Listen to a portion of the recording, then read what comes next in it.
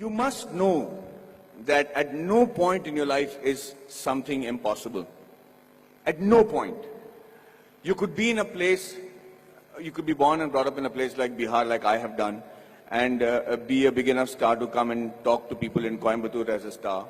Or you could be in the industry like the Tamil and Telugu industry and be known as the most exciting director. Rajmouli suddenly decides that he can make a film which is, if not better, but at par with Hollywood. And he does that staying in India, and he hits the ball right out of the park. He becomes historic in just that one moment.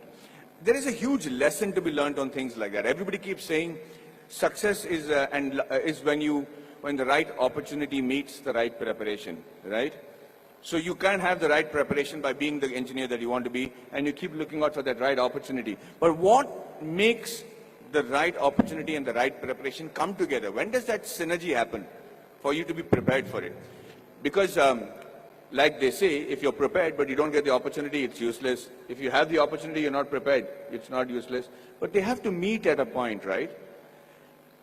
And that meeting happens because you will it to happen, because you want it so badly to happen.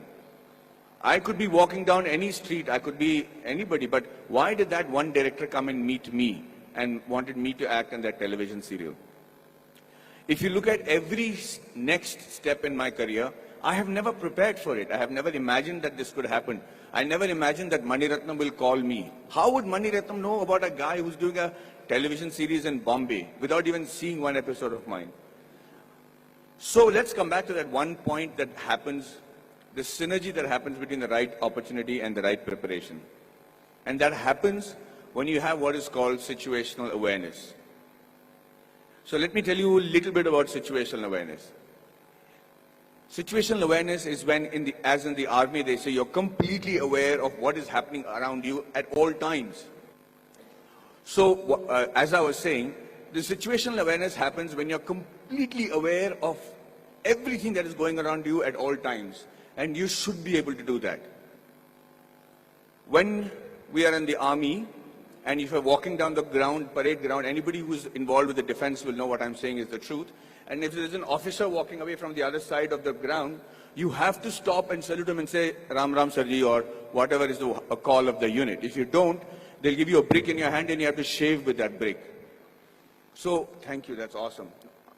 So, the situational awareness is because you should know when the enemy is around you or when there is danger around you.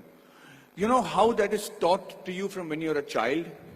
That's taught to you in the form of good manners, in the form of being courteous. So when you say a good morning, or you're saying a good afternoon, or you're looking around and helping a teacher who's carrying a book and being aware that she needs help, or you're watching around and stepping over a drain and not tripping on yourself, you should know that you're fairly evolved in the art of situational awareness. That's why people insist on teaching children good manners. And anybody who has good manners, it's not just a desire, it's not the desire just to be considered to be a polite guy, but the ability to know when somebody needs to be wished, somebody needs help, somebody is in need of assistance, or somebody has to run away. And that's why you teach your child good manners.